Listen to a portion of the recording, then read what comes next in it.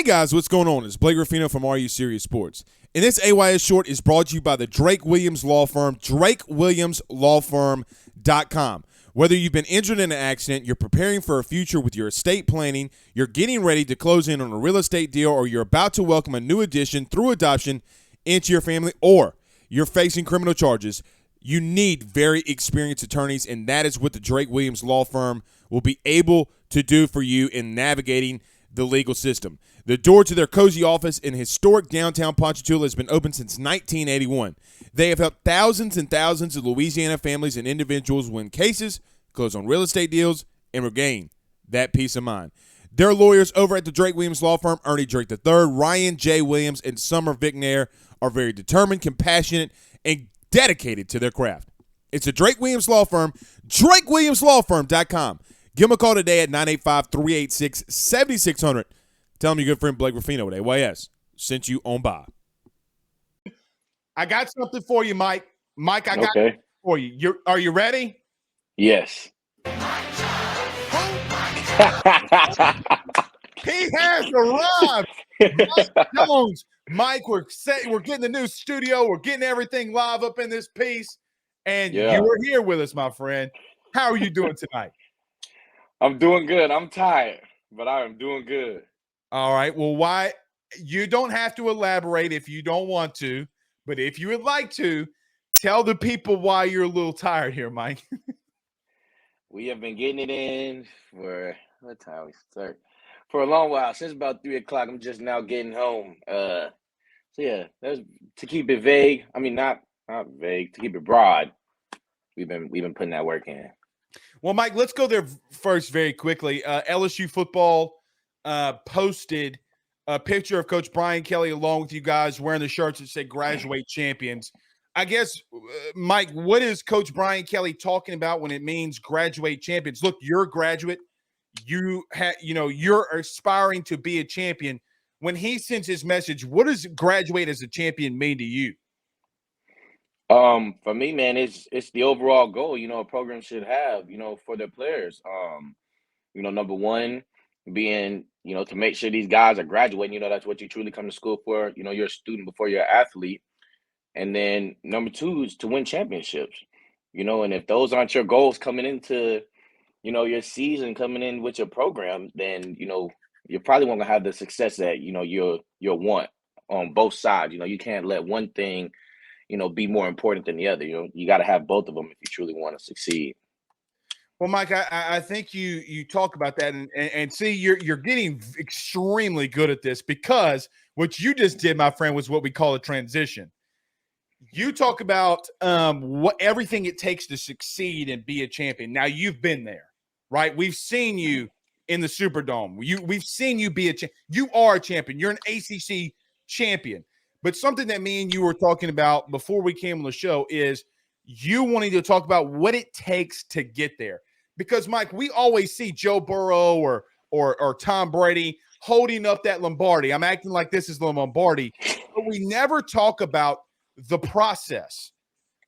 Mike, take the fans, and look, we could spend hours on this, but take the fans through your process, through the team's process. What's it take to just even get to August to playing in a game? It countless hours, and for the really good teams, man, it takes outstanding accountability, all throughout the team. And it's not like you just being accountable for like a week. It's months. It's January, February, March, April, May, June. When the summer guys are home, you got to be accountable there. Do what you got to do then. Then you just now get into August, and it's just time to start playing football. It's literally like 9 months of all preparation just for like 3 months of football, and like it's hard to go into every little thing, but like one thing, for example, it's not easy to wake up, at like 6 a.m. every day, outside the weekend, but it's what it takes, and it's not like you just waking up at 6 a.m. to, go chill out, you wake up, take your time. We hitting the ground running. You know what I'm saying? It's time to work. We got strength coaches yelling, music blasting. you trying to give your all. By the second it's time to go, it's time to go. And Right. doing that over and over and over again, man, it's tough. I'm not gonna lie, it's tough. And that's just one aspect of it, man. Trying to find ways to take care of your body, man. It's a year-long thing. It doesn't just start when you get in season. You know what I'm saying? Your body is beat up January, February, March, all year. Finding the right ways to eat. That stuff has to be maintained all throughout the year. Even before it even gets time for the first time you say hut. There's really so much buildup.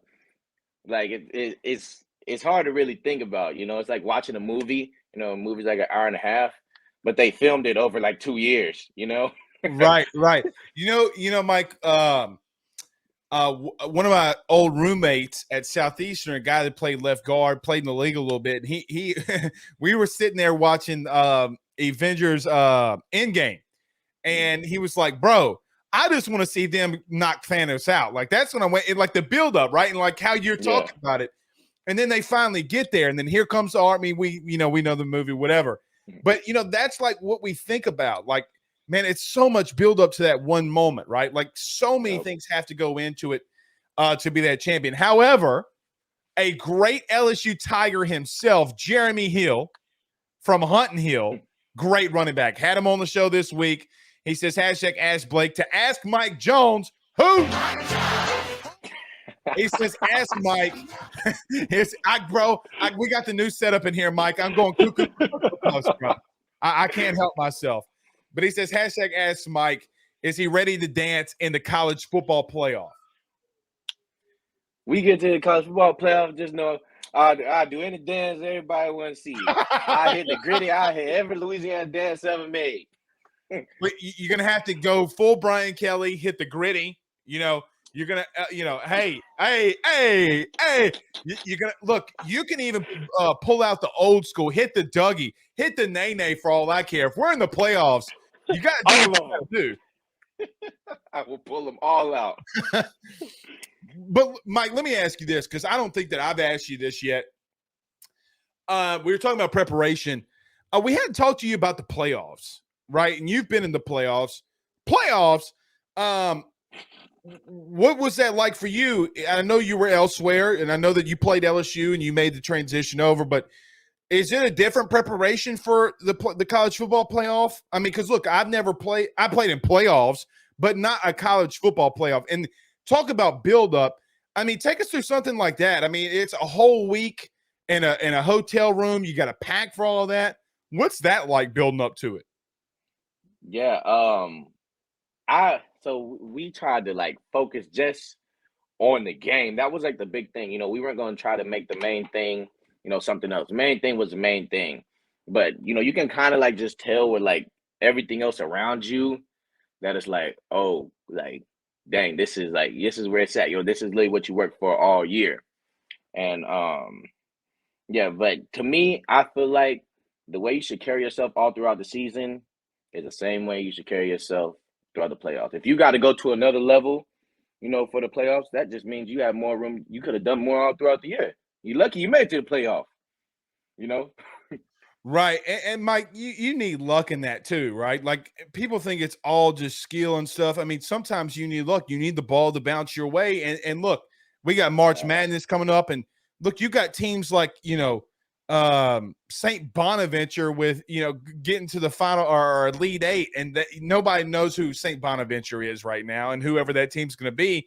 Sometimes it's got to walk your the ball's got to bounce your way. But the teams that say the most focused, Mike, in that environment seem to be the ones that go the furthest, right? Like if you're the most focused, you're gonna really do some damage when you get in here. Mike, Brett asked about how is the new strength coach and the new strength program. I know we hadn't dove into it much. We just talked about you individually. But how is Coach Flint doing? There's been a lot of rave reviews about him being in Baton Rouge so far. You've been around a lot of great strength coaches in your time. What can you say about Coach Flint? Oh, man, Coach Flint has done an amazing job. And, I feel like they've kind of looked at it from a different approach, that I've looked at, like the way you train, during the off season. man, a lot of it is like, dealing with numbers. They're tracking every single thing we do. And so, it's not like I feel like with, older coaches, a lot of times it's about just being strong and, that college just mentality, just being physical in everything we do. And of course we have times like that too, but man, we're taking such a smart approach in my mind to, the way we train, being explosive. That's one thing we work almost every day, man, the explosive side of it, man. And we've done it in so many different ways. I'm like, I didn't even think we could do it like that, you know. But yeah, man, Coach Flynn is awesome, man. The whole weight room staff is awesome, man. And I'm sure whenever it's time to get it going, everybody will see that, we will continue to rise in the way that, our guys are in shape and are able to perform physically. Now, I saw Coach Brian Kelly bought the entire team the Blue Store. We're going to talk about that, Mike. Did Mike Jones get some thighs from the Blue Store this weekend? That's my question. We talk, we prep and we do everything for the show. But my question is, did Coach Flint allow you to get some Blue Store chicken? I'll go ahead and tell you, Mike Jones did not get none of it because Mike Jones was out running at 3 o'clock today, and I was trying not to throw up. I've been drinking water all day. I was trying to eat as clean as I can because I knew we was about to get it in. Mike, I remember when my mom would text me like, "Hey, baby, what you ate today? A piece of celery, Mom. A piece, going as a piece of celery. Like I might have sprinkled some peanut butter on it." And but that's literally about it. Mike Jones, starting LSU linebacker, joining us. You can follow him on Twitter at @MJones24. Mike, look, you get spring break, you come back. Spring camp is literally only a couple of weeks away, and something that we had talked about your build up to it. And sometimes, Mike, when we talk about that process, rest is a big deal too, right? Like body recovery, because man, look, you're about to be a part of one of what some believe to be the best front sevens in all of the SEC. I want to talk about that because look, you, Baskerville, Ojulari, Jaqueline Roy, Mason Smith, Ali Gay, and so many great and talented guys behind them. Mike, we saw in 2018 when you with Clemson and the great defensive line. But, Mike, we look at this new LSU defensive line, and they've got a lot of talent and a lot of experience. You being a part of both, how good are you guys going to be on that front seven? And what has Matt House done in bringing in a new system and scheme that benefits this defense and all the talent that's around it? Yeah. First, man, I would say, there's no ceiling on how great them guys could be, man. Like you said, we got all the talent in the world, man. We got all the sides, all the attributes I feel like you would want, in a front seven. We got it for sure. And, that stuff, especially as the spring goes by and we get in the fall camp, man, guys are going to continue to develop, man. And we're going to be right when it's time to go. But, also, man, Coach House, man, one thing I really like about him is, he's brought us many like different things. I can already tell he's a multiple guy. And that's one thing, I feel like works the best in football. You can't just, line up in a certain thing. I feel like, because the offense is going to know what to do. And so showing teams different looks and things like that, man, it kind of got to keep guys on their toes. And, I feel like that's a great way to exploit matchups, man. And, with the guys that we got, I feel like it'll definitely be great for us. Fire in some questions. And look, Mike, I agree with that. I mean, when you put great players in great positions, you win football games. I remember Ray Lewis talking about that, he was athletically gifted. And look, we talked to Warren Sapp. Warren Sapp was on the show. He goes, man, look, I was gifted, but the thing that set me apart was up here mentally. I knew where to be at the right moment, and that's what got me to where I was in the Hall of Fame. And you just talking about that, Mike, being in the right positions, being with the right guys. Look, something with Mason Smith might do something on the backside that frees you up to where you're able to make the sack or get the tackle, get a tackle for loss. And so that's just Absolutely. So key in becoming a unit. And I'm glad to hear that. There are a lot of questions firing in for you here, Mike. We'll get to Pooh Bears here. He says, # ask Mike, what or who most inspires him or you? What most inspires you? I'm assuming maybe even just life, but maybe even in football. I'll probably say my pops, man. I always looked up to my dad, man. He played in the league too, and I just feel like I can talk to him about everything, when it comes to the game, and so.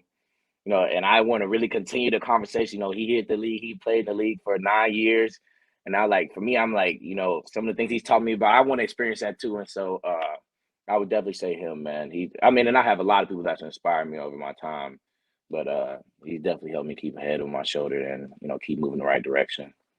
Mike, what's those conversations like now? I'm talking about on the field. I'm not talking about like you and your dad talking about something personal, but like when you and your dad talk football, hey, look, some dads, like Archie Manning fell asleep in a meeting with Peyton and the head coach and offensive coordinator. But what are the things that you pick his brain on? Because he's had to have seen a lot of football in his day, obviously relaying it down to you.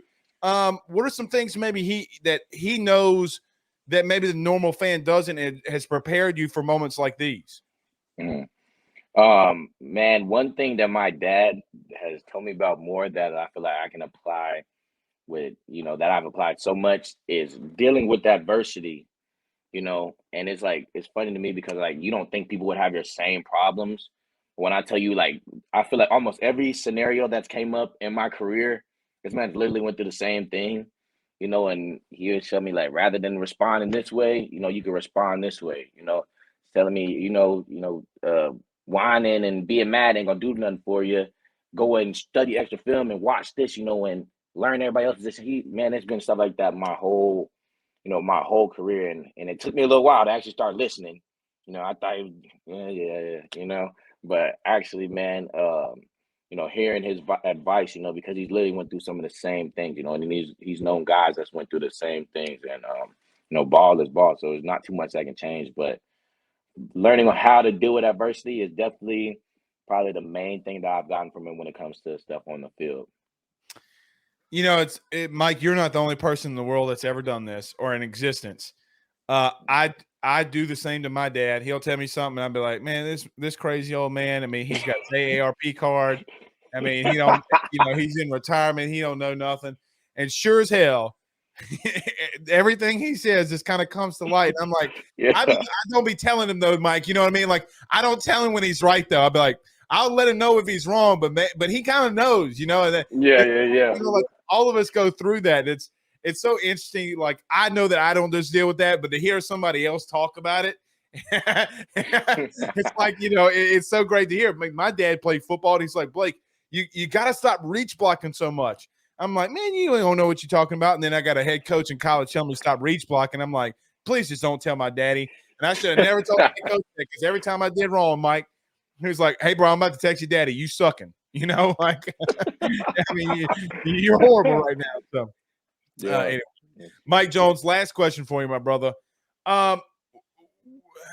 Look, we can run around in circles and talk about the same things over and over and over again. But the mental side of things is something that we've talked about a little bit, and we've talked to some extent a lot. One thing that you mentioned earlier I wanted to circle back to is you talk about waking up in repetitive 6 a.m., 6 a.m., 6 a.m. The mental warfare that goes on in your mind as a college athlete, it's ridiculous. It's honestly more than physical. Like I've told this story on my show so many times, Mike. When I tore my ACL, it was more mental than physical. Is there anything that you do to sharpen your mind? Because I've listened to guys like Russell Wilson talking about sports psychology and stuff like that. Do you follow any of those kinds of things to keep your mind sharp and ready to go? Because the game is just so mental. Yeah, I've actually, started to do more of those things this year. One thing that I've learned that you have to do, you got to get more sleep. You got to try to maximize your sleep, man. I've always been on my phone, laying down. No, I got to put my phone away. I got to turn off all the lights.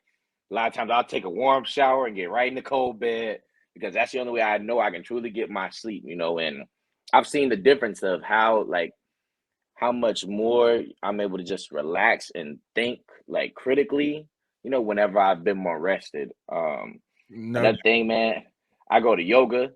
I go to a hot yoga place. There's a little hot yoga place down the road, and one thing that they really emphasize there is your breathing, and it really can lower your heart rate and just help you relax. You know what I'm saying? And when things get troubled, like when things get crazy in the game, that can something that can definitely help you. You know what I'm saying? It's hard when the bullets flying and everything's crazy, because it gets really crazy. You know what I'm saying?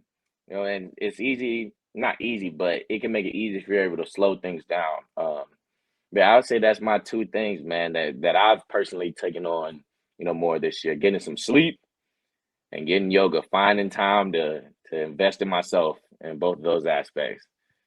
I love that, man. I wish, the mental side of things would have been more when I was around, because I remember a game where my nameplate got ripped off and the fans behind us at Kansas were calling me no name. Hey, no name. You'll learn the best disses. You'll learn the best disses from fans, bro. They just come out of nowhere. Anyway, Mike Jones joined us. Look, our good friend Ryan Williams of the Drake Williams Law Firm says hashtag Ask Mike's thoughts on Russell Wilson going to the Broncos. Mike, I was surprised when you saw they go across the ticker. What were you thinking?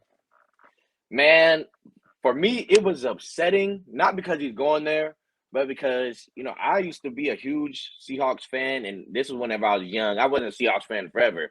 But when they had Legion of Boom, and they had Russ Wilson and boys, they won the Super Bowl. Right. I thought they were the best team ever. They would never get no better than them. They had Bobby Wagner. They had everybody. And they cut him. They cut Bobby Wagner, bro. I don't get that one. I ain't gonna lie. I don't get that one. I don't know. But, yeah, man, I was surprised. Bro, he might be the best backer in the league, right, Mike? I mean, you play backer. I mean, he's top five, absolutely. Top five consistently every year. Every year. No doubt. It doesn't make sense to me. Maybe he's getting a little too expensive, but they just gave away their quarterback and, probably their most valuable asset on defense. I don't know. Who knows what they're planning on doing. But, yeah, man, it was a surprise, man. Now, it's like I'm getting old because, literally, all them guys, Russ is gone now, Sherman gone, Cam Chancellor gone, Earl Thomas gone. It's like, who even is on the Seahawks anymore? Hey, don't talk to me about old. Every quarterback that I grew up with is retired. Okay, Brady's finally out. Mike, they're calling Bobby Wagner old. He's 32. I'm like, bro, I'm 32. I mean, good Lord. I could still go out there and hoop. I mean, stop disrespecting. Put some respect on my name. All right, we'll get you out of here, man. Look, you're great as always. Anything else you want to finish off at? Tell the fans anything you got looking out for. What anything you want to close it out with? Anything? No. Just know we working. That's it. Just know we working. Look, I don't know if you saw this, but they said you're the new favorite, bro. I mean, look, man, you're the fan favorite. You're the fan favorite. What can I say? Mike Jones, always a pleasure.